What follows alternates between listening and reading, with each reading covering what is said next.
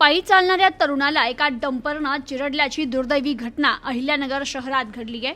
अहिल्यानगर शहरातील दिल्ली गेट परिसरात सकाळच्या सुमारास एका डंपरनं दिलेल्या धडकेत 24 वर्षीय तरुणाचा डंपरच्या चाकाखाली येऊन चिरडल्यानं जागीच मृत्यू झालाय। घटना घडताच डंपरचा चालक घटना ठिकाणावरून फरार झाला असून पोलिसांनी त्याच्या विरुद्ध गुन्हा दाखल केलाय। दिल्ली गेट परिसरातून सकाळच्या सुमारास एक डंपर भरधाव वेगानं जात होता। चालकाचं वाहनावरील नियंत्रण सुटल्यानं रस्त्यानं पायी चालत असलेल्या तरुणाला डंपरची जोरदार धडक दिली। धडकेनंतर तरुण रस्त्यावर पडला आणि डंपरच्या चाकाखाली आला। त्यात त्याचा दुर्दैवी जागीच मृत्यू झाला।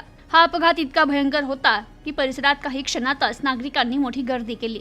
घटनेची माहिती मिळताच तोफखाना पोलीस ठाण्याचे पोलीस निरीक्षक आनंद कोकरे यांच्या पथकाने घटनास्थळी धाव घेतली।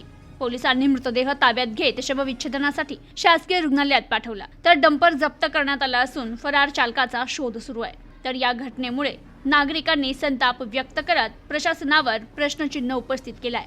अपघातानंतर दिल्ली गेट परिसरात तणावपूर्ण वातावरण निर्माण झालं, तर स्थानिक नागरिकांनी बेकायदेशीर आणि बेभान डंपर वाहतुकीवर प्रश्न उपस्थित केलाय। दिल्ली गेट परिसर हा वर्दळीचा रहदारीचा भाग म्हणून ओळखला जातो, जिथे अनेक महाविद्यालय आणि शैक्षणिक संस्था देखील आहे।